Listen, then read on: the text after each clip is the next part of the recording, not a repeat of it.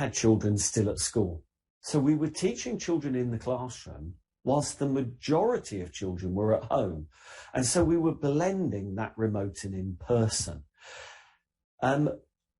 Then, now post-pandemic, not that it's gone yet, but we've got a lot of children back at school. The most of the children are back at school, and we've just got a few that have tested positive and are at home. So we've got more happening in the classroom, but with children at home remoting in. And of course, we're blending remote and in person. But when we started to think about it, and today we want to demonstrate, it was more than a blend of remote and in person. It was the ability to teach a small group of children, maybe within a class, by using the technology to target to them. But maybe bringing the whole school together or the whole group of schools together to teach something, for example, an assembly from me. I'm sat in a television studio at the moment. We've built a television studio and the children come to this television studio and they broadcast to all of the other children in the schools what we've called CTV, Cornerstone Television. They do the research, they write the stories, they stream a news bulletin to all of the other children in the trust, in the group of schools using this technology. What it's enabled us to do is really target the support where it's needed. So rather than it just being, we teach children who are 11 years old in a class, we can start to bring children of different ages together and go from one-to-one support through to delivering to cross ages. We're able to get children to work collaboratively on shared projects, down to learning the knowledge they need in a self-directed way. We've started to think about that synchronous live stream, what we're doing today, through to the asynchronous offline catch-up. We're blending digital technologies, but with traditional methodology. We are getting them to be really creative and collaborative, through to working independently on discrete tasks.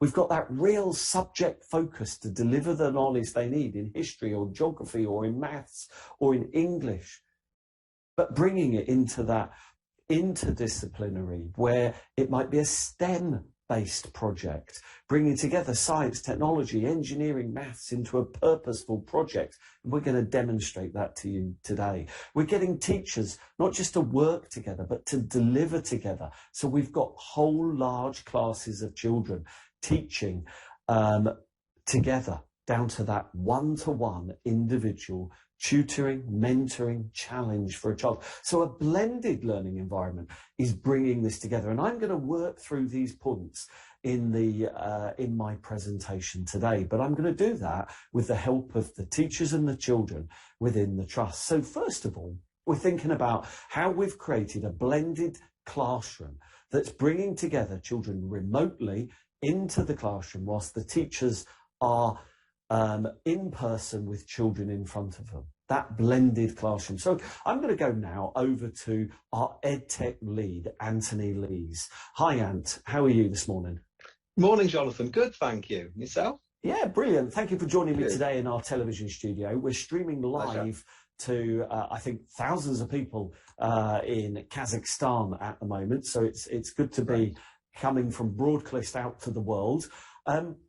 I've just been giving them an overview of what a blended strategy might look like. And we want to begin with unpicking what a blended classroom might look like. I wonder if you could just talk through the principles of how we're getting teachers to work in a classroom with children, but streaming out to children at home, but drawing them in and engaging them in those classrooms. Yeah, absolutely. And I think initially for us, we would say that the key parts of this are that the technology allows that the geography of the classroom and the time of day are not factors in hindering children's ability to engage with their learning. So part of that is the technology in the room, which for us is Microsoft Surfaces running Windows, and that continuity that there is an equity for all children to access that technology when they're in school, as well as the ability to access it out of school. coupled with teachers having wireless projection that allows them to walk around the classrooms, which you'll be able to see in a little while, and engage learners from wherever in the room is appropriate. So they're omnipresent as the sage on the stage at the front, or as lead learner sat next to a child, or with a child scribing using their device. The hardware of the room is equipped in all our classrooms to allow that. And then on top of that, we're looking at a solid learning platform that we really use to have that cloud-first approach, that wherever children are, they can engage in their learning, work with their peers in meaningful project-led situations that allow them to really experience the skills that they need moving into the future, so that when they leave us and move on to secondary education and beyond, they're equipped to be able to work with the sort of resilience, grit, stickability, perseverance, communication skills that actually are those often soft skills, we call them, that really engage learners. So as part of that, I wonder if I might show you our learning platform for a moment, because I think it will really allow us to show how we do that. So. And that'll be great. But just before you share your learning platform, I wanted to just unpick with you one aspect, because you gave so much information. So that's brilliant. I liked your phrase, sage on the stage, down to sat beside a child. I don't think it's my expression. Lead learner. But it's that idea of the technology in the classroom. So we've provided teachers, haven't we, with a digital pen and a Microsoft Surface tablet. Just talk me through, a little bit slower now, how that works in the classroom, because you talked about how we've got that wireless projection, multi-screen environment. What is it the teachers are doing to create the blend of children at home and back in? I see, absolutely. So our teachers use a Microsoft Surface, which is running Windows 10 and moving into Windows 11. They have a digital pen, and they're using the OneNote class notebook as their whiteboard software. So the teacher will start at the front of the room holding their Surface. The keyboard can be taken off and put to one side or folded out the way, and they're facing the children using that digital pen to annotate on the Surface as they talk directly to the children.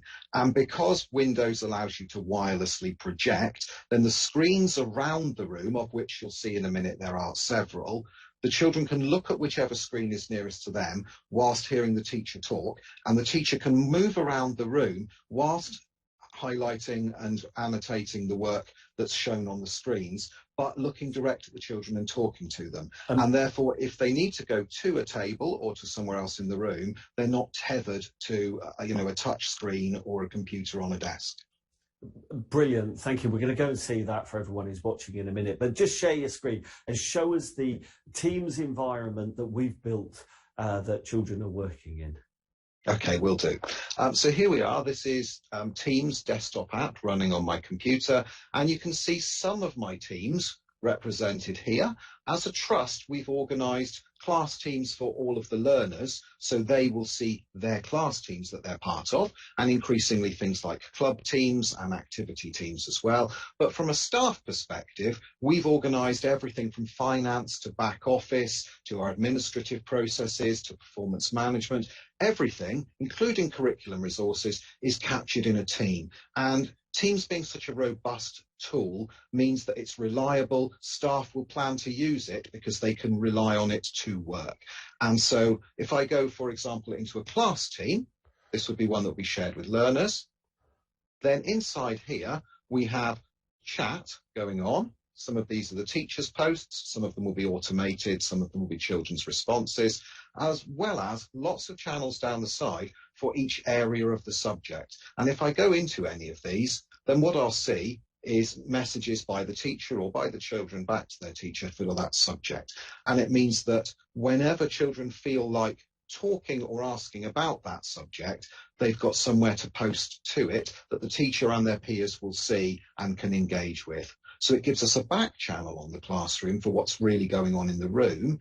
It gives us that out of school access if children are off ill or isolating, and it gives us that out of the school day extended provision access that means that learners can engage with their class and with their peers and with their learning whenever they feel like doing that. Now, we work with lots of schools as an EdTech demonstrator school, and lots of the schools we work with look at Teams, and it's not immediately obvious where the real power of it is to support learners. But actually, the real power of Teams is that it has the Class OneNote notebook built in. And this is a notebook like any other. It's got sections and pages inside it, but because it's in the team, it's shared with everybody that is a member of that team, all of the pupils and all of the teachers as well, all of the students and adults. Different levels of access and permissions, but they're all in it. Now, if I look at a class team with you to make more sense of this, let me just show you. Here we are. Now we're in the OneNote application on the desktop. So now I'm looking at this, not in the browser, but on my computer. It's synchronized locally so that I have it all the time, even when I'm not connected to the internet. And any changes that are made, everybody can access. Now, with this, teachers can really engage learners and support them at whatever level they're at and develop that resilience and grit and perseverance, because we can make learners more able to support their own learning and more independent. Now, the way that we do that is by putting all of the content that the teacher shows to their class in here all day, every day. Everything goes in here. So if they have a PDF to show the class, they would put it in this notebook. If they have a presentation, like a slideshow that they're showing the class, they would put it in here. If there's a video they want to play for the class, they'd put it in here. If they're just chalking and talking with their digital pen and writing down what the class say, it all goes into this space. So if I go and look into this content library area, we can see that it's split into terms, the way we've chosen to organize it, then into weeks, and then into days. So if I click on a day, we can see that there are pages for each lesson of the day. And the key for us is that we've worked really hard over the years to make this a uniform approach for all the teachers in all the year groups in all of the schools.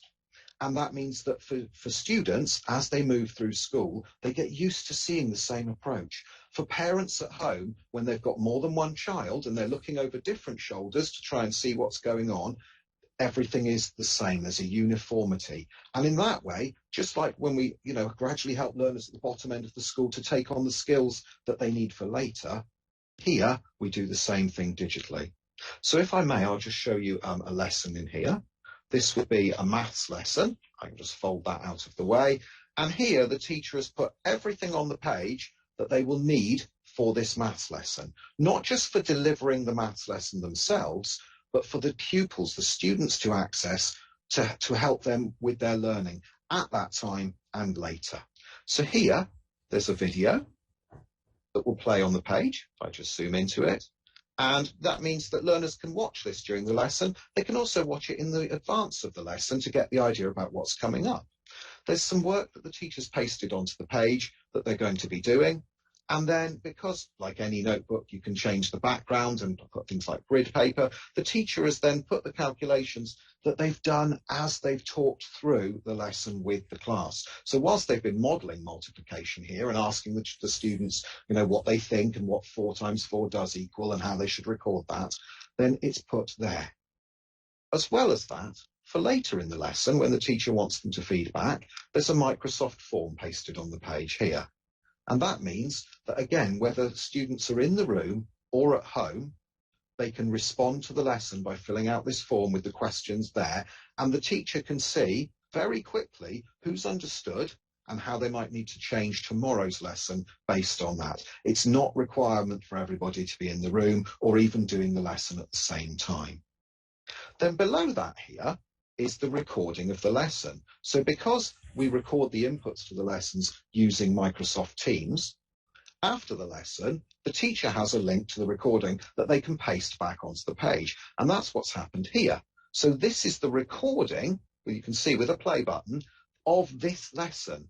And if a child doesn't understand what happened, or they can't remember, or they're working at home, then they can play back the recording and they can change the speed to make it slower or faster.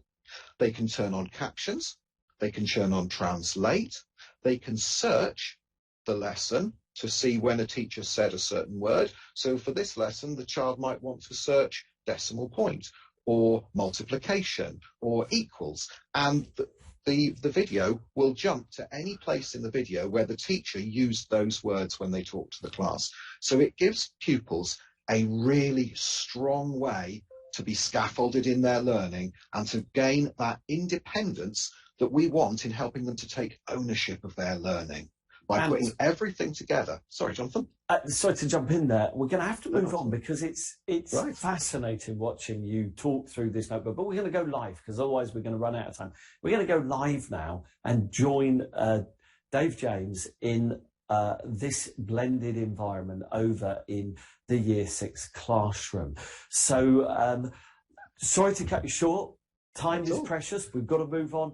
A great overview there of this blended classroom environment built in Microsoft Teams using Microsoft OneNote to create that journey through the education with all of the resources, the whiteboard, the notebook, as we're following it. So good morning, Dave. How are you?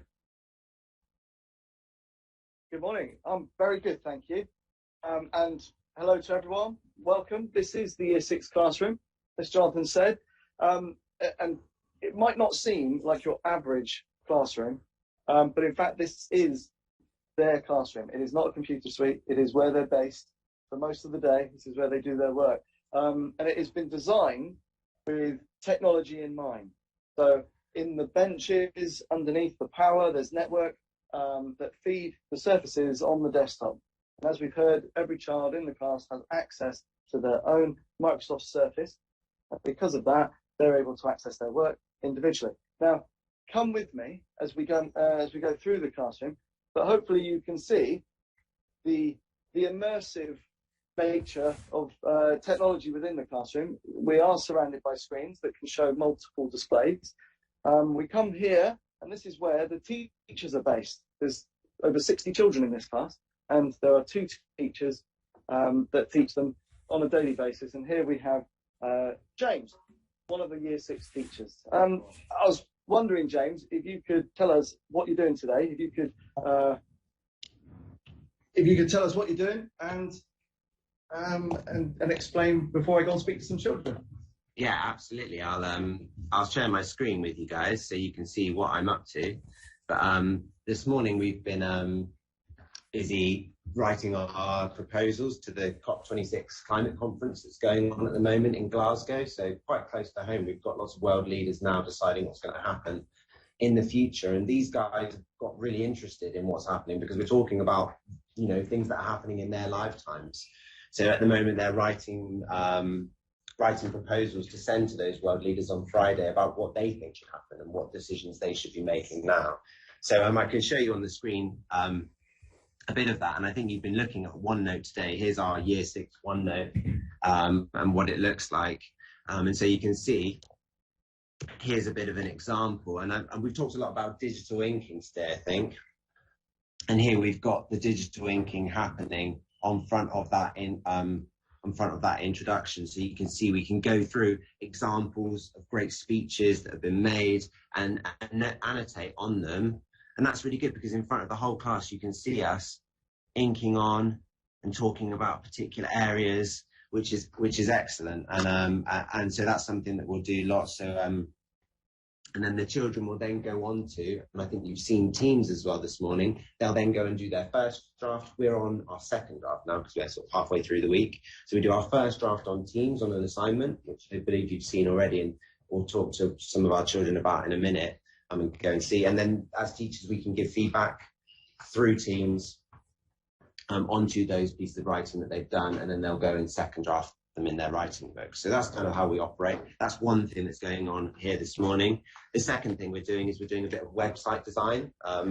In Year 6, all the children will start up their own companies, and as part of that, and design a product and sell a product, and as part of that, they'll build their own websites. And so we've just taken our first step into website design today. So some of them are busy working on their first website and getting that kind of initial bit practice coding and putting that together, which is something they'll use as part of their company to sell their products to sort of parents and anyone they can find, really, anyone that they can catch. So yeah, that's what's going on in the classroom this morning. I think you're going to talk to some of our kids now. Is that fun? Brilliant. Brilliant. Thank you, James. Let's go and speak to some of the children. Yes, please. It would be great to go and meet one of the children. Here is Sophie. Sophie's busy doing some work.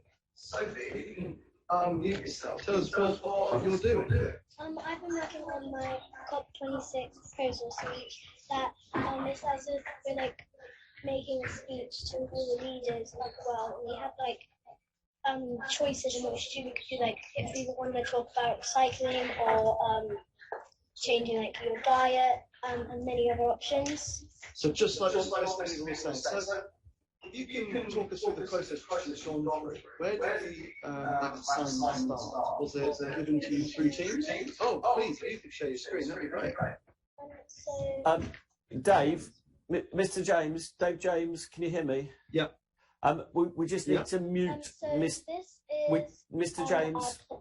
And my teacher set for me, and it's called a race map. And sorry, Sophie, hang on a sec. Sorry, it's fine now. It was just okay. Yeah, we just had two microphones on in the classroom because Mr. Beaver still had his on and we could hear an echo, but it's fine now. So, Sophie, we can hear you. Carry on. Tell us about this amazing work you're doing. This is a race map that I've been working on, and here is like the point that I'm trying to make and the evidence like about it and why is it important. So this is your planning stage. So when you've done your plan and you've gone through it, what happens next? We write it up on Teams. So basically, teachers set an assignment, and we go and write it up, and then they set feedback, and there's also a rubric which shows you like what you can do. You can either be exceptional, or good, or excellent. And here, these are all the ones that So the teachers can provide feedback by using the rubric, and from a teacher's point of view, that's quite quick because you just need to select the right grading for each element of their work. Once you've got that feedback back, what then do you do? So I write it in my book, and here I've been writing it all here, and then I'll tell the teacher that I finished, and I'll come and mark it, and maybe they might give me a target, say work on something. Fantastic. Okay, I don't know if we can change to our camera and come and see Sophie's beautiful writing, but the idea being is that the teacher assigns a piece of work, the child then plans their writing, they do their first draft based on the feedback, and then off the feedback of their first draft, they then go and write it in beautiful, neat handwriting as their final product. So excellent. Let's come and speak to another child. Josh, please show us what you're doing today. So for our GEC, we have loads of different things to do. So I am an accountant for my GEC, so I'll share my screen. So let me just explain the GEC. This is Mr. Beaver was starting to explain, but it's a global enterprise challenge. It's a way of children forming teams, coming up with an idea, a product to sell, and then they have to market it. Or before that, they have to go and pitch their ideas to the dragons and get some investment money. Then they market it. Then they mass produce it and sell it and make lots of money. And so your role is you're the finance manager of your company. So can you, if you could share your screen and tell us what you're currently doing with your GC project. This is how much all of this, like how much my products cost, and like so there's all the links to go to it, and then the pricing, and then the final price to make that product. So we're going to make like a demo to see if they taste nice, and then do the dragons den. What is your product? Muffins. Muffins, I can see. Yeah, so you're going to have to find out how much each muffin is going to cost to make, so that you know how much to sell it for, so you can make profit. And you're doing all the finances towards it. What other piece of work have you done towards your GC project? We have whiteboards, which is really useful. So you can like screen snip, type, paste anything you want, and it just really helps. Like for me, it's like know what it like how much to buy, how much it costs. If we just have it, if I just flick through whiteboard and the accountant teams page, and it's just got all like all our recipes and all the stuff that we used for our GC. So this is a great way of sharing ideas with the rest of your team. How do you use? You have your own device, which is really, that's a really good thing, isn't it? That you've got your own device to use. How can you communicate? I know you can share your ideas, but is there any other way of communicating with the rest of your team? So yeah, you can communicate through Teams. So you could possibly call or chat to your team, making group chats and adding anybody you like sharing ideas like that way. Or we sometimes get assigned to put our headphones on and just talk through call, just like check up on stuff that we maybe might not agree on and finally agree on an idea. And the beauty of using the technology to enhance this project is you can work with teams and companies across the world, in not only within the schools of Cornerstone Academy Trust, but also further abroad, where other schools are all joining this from across the world. You can talk to them, work with them, collaborate, share ideas, using Teams as the platform. Yeah. Well, I remember, I think it was year 4, where we have a school in New Valley, and you could talk to basketball, and it would just be, and they could just like a regular. You could just work with your fellow classmates as easy as if they were sat next to you. Yeah. Yeah, it's brilliant. Okay, well, thanks so much for showing us your work today, guys. We might come back to you in a minute, because I'm sure people might have some questions to ask. Yeah. But in the meantime, is there anything else, Jonathan, that you want to see from the classroom? No, that's absolutely brilliant. Exciting to come to the classroom. So we might be back with you in a minute. But what we're going to do now is just sort of unpick some of the things that we've been seeing there in the Year 6 classroom. So I'm going to share with you again my PowerPoint, because we had that key aspect. We had that key thought about remote and in person as one of the key things. But before we unpick a little bit further, I'm going to remind you of some of the things we've seen today. So first of all, it's this Teams platform that we keep talking about, where we've created class teams for each class for them to be able to collaborate together as students in, and it creates this multi-authoring shared environment with that continuous conversation with their teachers.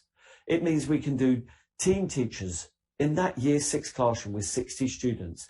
Mr. Beaver was teaching them all, but actually there are 5 adults, and we can have adults moving around the room, but also chatting to them on Teams, taking control of their screen and showing them how to improve in their work. And so the notebook, the OneNote notebook, was at the heart of what they did. And you've seen the importance of putting all of the resources for that lesson, all the knowledge that they need to learn, all of the activities they're going to be involved in it, but the importance of chalk and talk, digital inking, and good explanation. And so going through using the notebook as their store for digital inking and embedding content onto the page. I'm going to play some of that content that you can see that is happening. And what you can see here is the ability to teach from small groups to a whole school, that cross-phase teaching.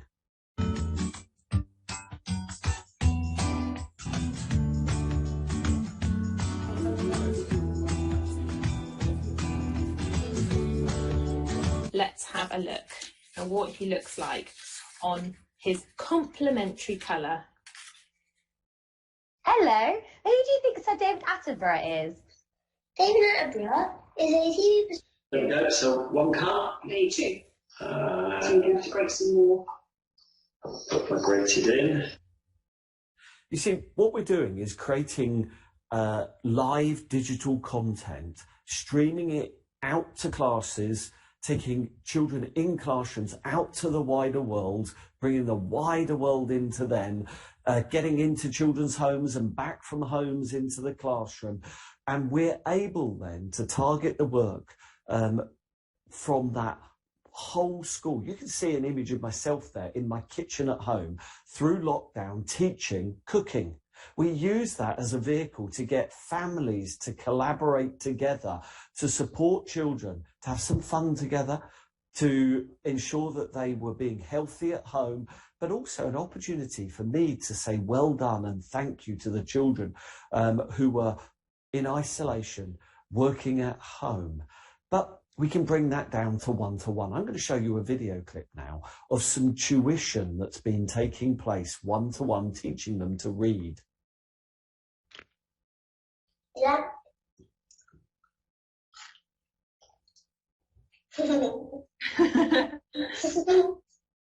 No? Okay.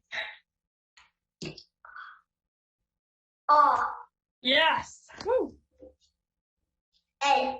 Yeah. A.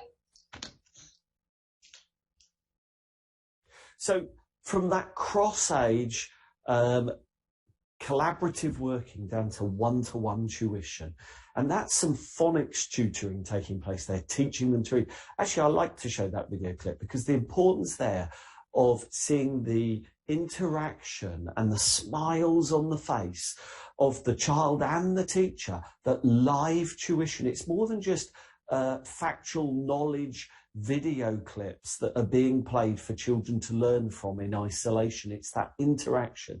But you can also get that interaction from an We can't do bookworms in the library, but you can record me a video. So read me your reading book, tell me a story that someone has read to you, or tell me about a longer story that you're reading to yourself.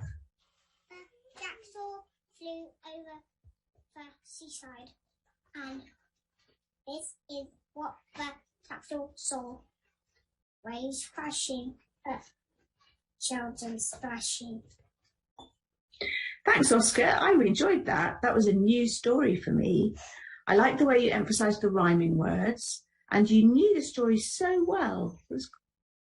You see, what we're using there is a program called Flipgrid, and it's part of Microsoft 365, and we're using it for this asynchronous video, meaning that the librarian there, typically, children would go to the library, meet with the librarian, discuss the book they've read, read it to her, and we would track the progress in reading with the librarian. But we're then using this Flipgrid to get that interaction. So the child might be at home isolating, coming back in and recording on a mobile phone there, the child reading. The librarian is able to respond when she's watched that video. And so that asynchronous dialogue being really useful. What we've unpicked today as well is the importance of having that from the collaborative project-based work, those assignments, down to individual assignments. And you've seen the rubric going onto the page so the child knows how the work is going to be judged. They're using their own digital pen. They're using a planning, drafting, redrafting process to make this work. And then the teachers can know who's done the work, what engagement has happened from the children at home or at school. They're able to mark the work, respond to it, improve the work, track who's done what using those grades. And so the children know where they are. The parents know what is going on as well as the teachers. You've seen when Ant was explaining how that we create a calendar and a diary and a journey through it, through the day and through the week. So the children, all of the lessons get created in Microsoft Teams, which puts a calendar appointment in, and they can join that lesson from home or within school, or if they miss the lesson, they can catch up on it. So it's this idea of being live in the lesson synchronously, or asynchronously rewatching the lesson, seeing the chat, going back to the notebook. And so the teacher that's streaming this out is using their surface, as you saw with James Beaver there, sharing his screen down that call, but projected up onto the screens in the room. That is then captured in the notebook, and every child on their own surface with one-to-one devices can see that back on their surface. So if they went to a breakout room, a small group room, they've taken the board notes, they've taken the recording of the input, they've seen all of the resources on their OneNote page, and they can continue with their work anywhere, anytime, working in that way. And key to this is that classroom environment with one-to-one devices that allows this flexible approach. So they're team teaching, two teachers delivering together the breadth and the depth, the skills and the knowledge of this wider curriculum becoming really important. And we're using Microsoft Teams Insights to track children's journey through this. You've heard about the Global Enterprise Challenge, a project where they're in teams, they create and multi-author to go through the stages of a challenge that would go from design to manufacture to sales. They go to the Dragon's Den and they'll do a shared presentation. It's that collaborative shared outcome, but we're getting them to connect with children, not just in the classroom, not just in classrooms in other schools within the trust, but with children all over the world. They're starting to collaborate using Microsoft Teams to create those teams.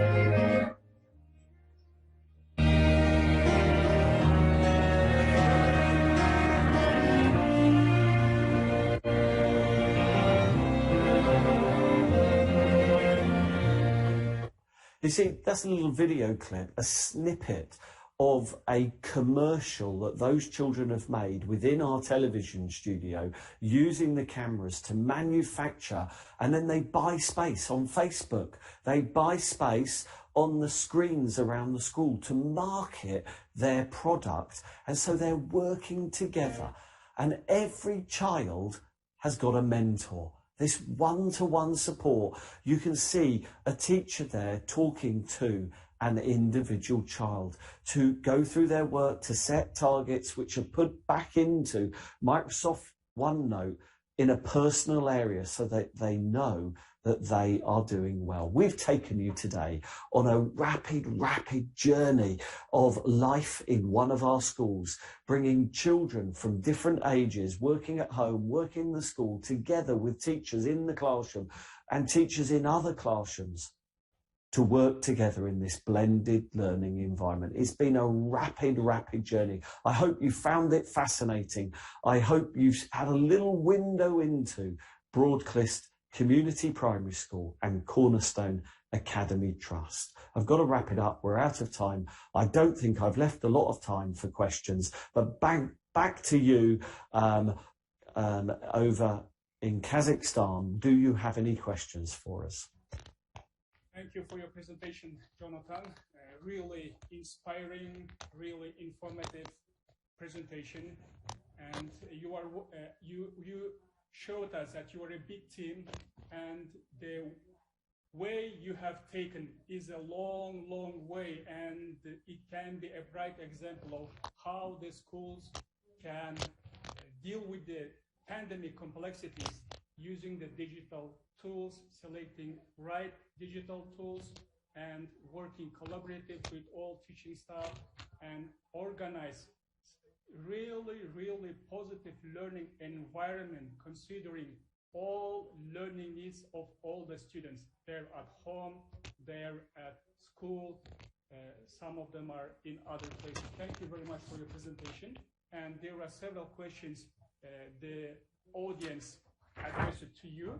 One of them is, as I told you before, you have gone a long way. So if there was a new school who is struggling the same problems, so what factors they should consider to become a successful school that implemented the technology into their classroom, into their teaching and learning? Yes, a good question. You know, where do you begin? What are the important ingredients? What are the factors that are needed to start that journey? And we work with many schools on that. And I guess I would say there's a few important things. First of all, I think you need a vision. So the first thing is you need to see what is possible and have a goal about what you're going to achieve, because you've got to get all people within that school on that journey to achieving that end goal. So you've got to take staff with you, you've got to take parents with you, and above all, children. Children are often the ones who are quick to adapt, are excited by these new ways of working. So I would suggest that you need to get together what we might call a drive team, a team of people with vision, but you've got to hear the voice of the students. You need to get to talk to children and share with them where you're going and what you're hoping to achieve. So that's the first thing, a clear vision. Secondly, I think you need to invest in the infrastructure. Designing that Teams platform, getting your broadband and your Wi-Fi connectivity within your school so that you can confidently stream out that content that you're going to be developing. Thirdly, I think you need to start to train and support and develop the skill sets with the teachers. You're starting to get teachers to work in new ways, different ways, learning approach. And in teaching, we've really taught in the same way for hundreds, if not thousands of years. A teacher at the front with a piece of chalk or a whiteboard pen. This is transforming the way they work. And you've got to support teachers to work in new ways. Finally, and actually I do believe finally, you need to select the right device. Think about how you're going to use the webcam, the digital inking, the tablet mode, and then you need to invest in the devices. Lots of people get it back to front. They don't have a clear vision. They just buy lots of devices. The teachers feel out of their depth. They're not supported and the whole project falls over. Start with a vision, start with a drive team, invest in the training and the development of staff, get the infrastructure right, then put the devices into the hands of teachers and children. Thank you very much. The next question is, one of the participants asks that in one recent study, indicates that the teacher's belief about the value of technology can be a barrier to technology integration. So was this a case in your school?